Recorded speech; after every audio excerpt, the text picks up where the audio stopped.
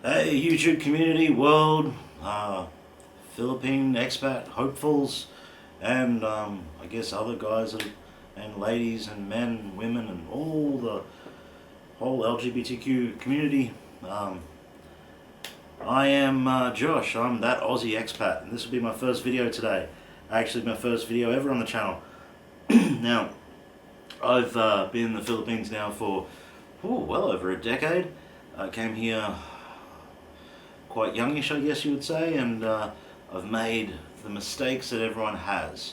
What I've noticed that is a really hot topic here is how much does it cost to live in the Philippines? I mean, you Google it and it'll come up about 1,000 times. And I used to make the joke that whatever you have plus $1. And there's a reason guys that have been here for a long time say that is because eventually you get to a point where you especially if you're living on a pension or a very fixed income budget, there does come a point where when you've come over here, for instance, say the American dollar at the moment, it's like 53, 54 pesos or something for the USD. Now, that will fluctuate. It's gone way down below that before. It's gone above that before. Or take me for example. The Australian dollar is at like 34.5, I think. You know, I've had it where it's been at 43, 44.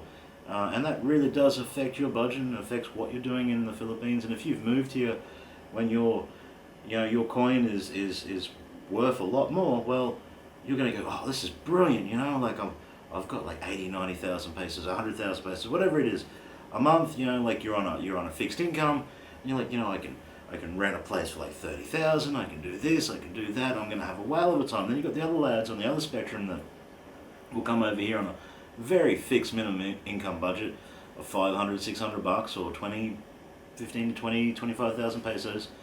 And look, you can live okay with that for a while, and then things do happen, okay? Health happens, a myriad of different things. You might meet a young lady or a young man, depending on how you do things these days. Look, it's 2019, I don't judge.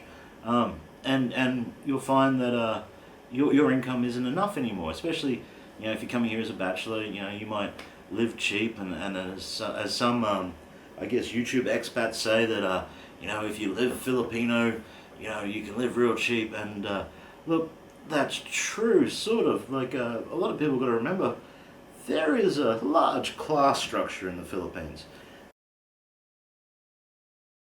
You've probably come here because you've Googled how much do I need to take, well, how much money do I need? And I'm not going to work in dollars for you, because I'm going to work in pesos, because the reality is, when you've been here for a few years, if you're still thinking in terms of your currency, then you're in trouble, because you've got to always consider that the currency that you're in is the peso. So my cost of living is different to, like, everyone's different, okay? So I know lads that live on bugger all, and I know lads that live large. Man, they live large. I don't. I live rather comfortably. I'm really lucky. I have an amazing partner, Saffron and Red. She has her own YouTube channel. She has heaps of followers. Go and follow her. I'll leave a link in the description. I run a small hobby business from here. I run a fishing rig business called Better Tackle.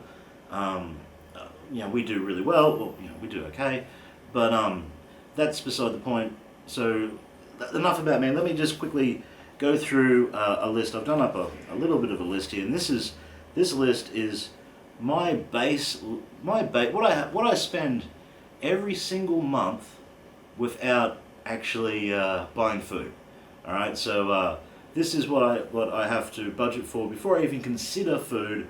If I want to maintain a certain lifestyle, and I need to, I need electricity, I need internet, I need fuel in the car, I need to pay association dues, I need to put away for my visa, I need to have full health. There's a lot of things that you've got to consider that add up over time when you're living here.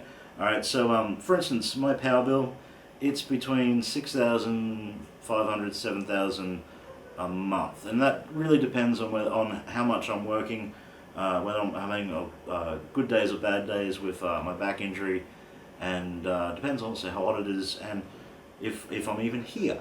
I might be away, and I also have an electric oven, so sometimes that pumps it up a little bit. But I do like to make my own pies. I'm an Aussie. Can't bloody get pies. I'm in Bacolod, so you can't get pies here, so I make that stuff.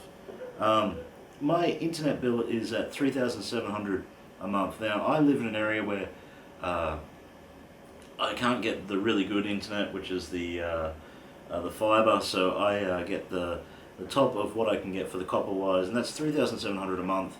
That's every month. I need it. It's like some people don't need that much internet. I do. I actually need a way more. PLDT, if you're listening, I need more. My association and water for my apartment. Now I own two condos and I made into a 1-bedroom apartment. So I live in a 45 square meter a condo. I live on the top floor. I bought it way pre-sale, way pre-building, and I designed the two condos so that I could have a living room, kitchen, bedroom, bathroom, so it was comfortable enough space for me to work. So my association dues are really low here, but they're going to pump them up soon. I think they're going to double them at some point in time, but for now they're 2,500 a month, and that includes water.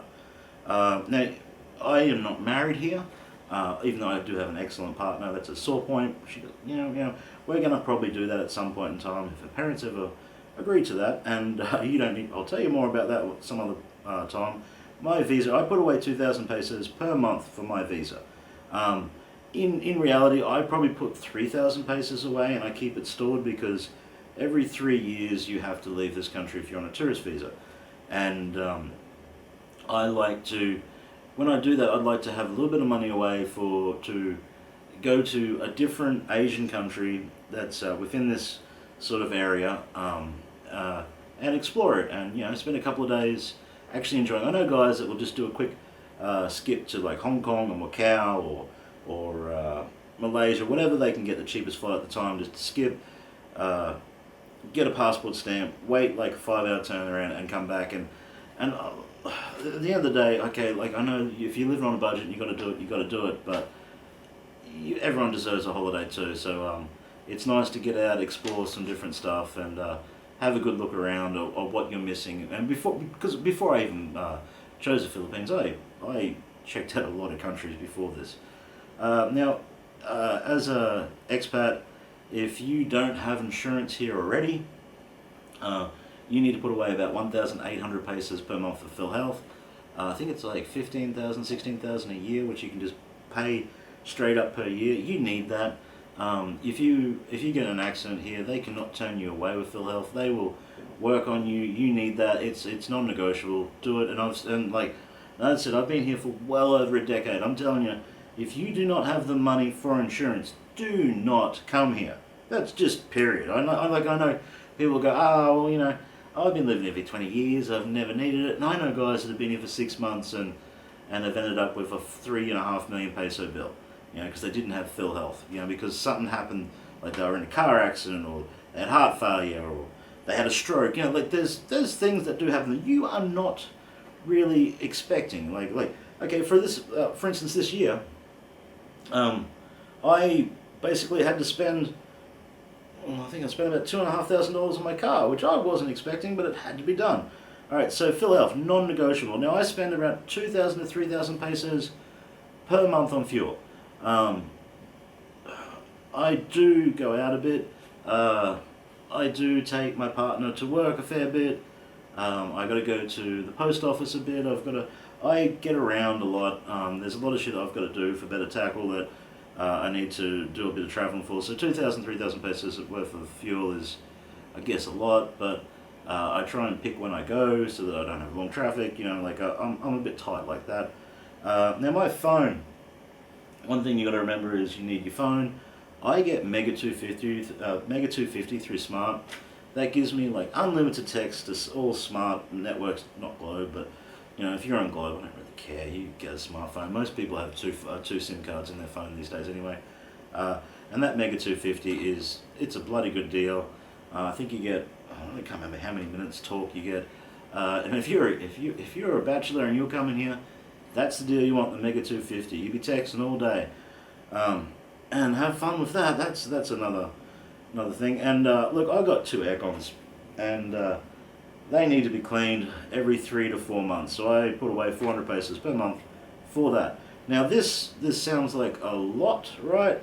And it is. I think it worked out at 20,700 pesos.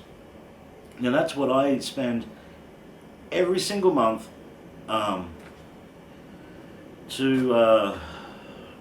before I even eat. Now this is so all my bills paid, and food is another thing. I'll do another video on food. I'll do even better than that.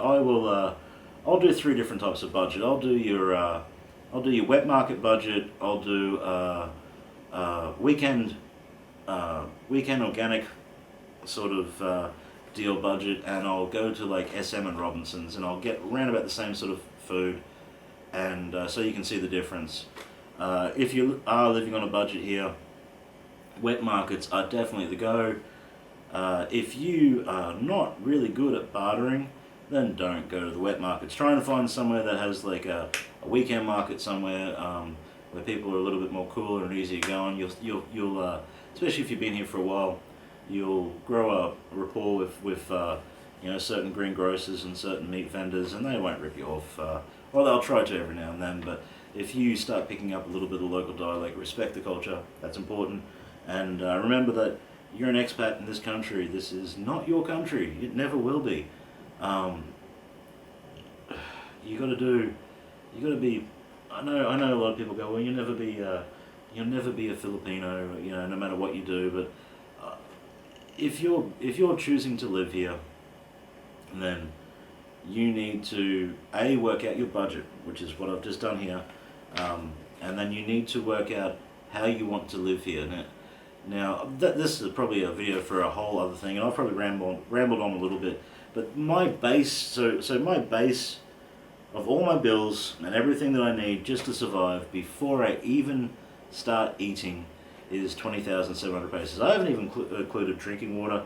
Drinking water is I get some high-end shit water.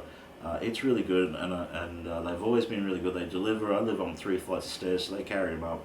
They're 85 pesos per bottle. But it's really good water. I've been to their filtration system. I know they clean their tanks. I know they clean their filters.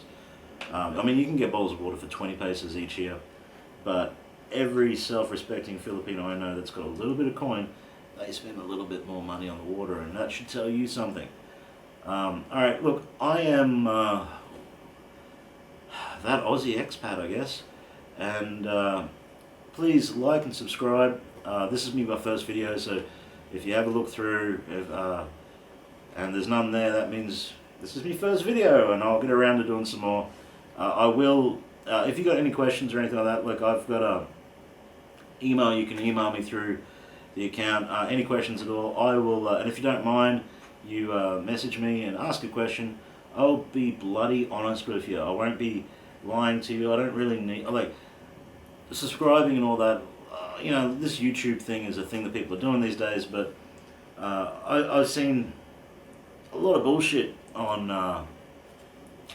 YouTube about people, because either they're selling the brand or their revenue relies on people clicking through to find out, like, oh my god, it's going to be fantastic, it's going to be amazing. It probably is. If you're a pretty easygoing person, and if you like different cultures and you accept different cultures and you understand that you will always be a foreigner here, but at the same time you can get down and dirty and love it, and really assimilate, then this country's fantastic. I'm not going to lie, I've had an amazing 12 years now. I've had an amazing 12 years. I've been really lucky. I've met an amazing, beautiful partner.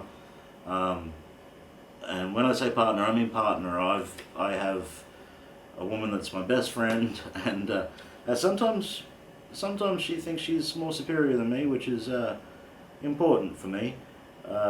Yeah, I said that, saffron and red. And but you know, we're equal in every way, so I'm really lucky, and I think you will be too if you come here, if you've got the right mindset, if you've got the idea of a budget. And once again, as I said, if you're on a fixed income,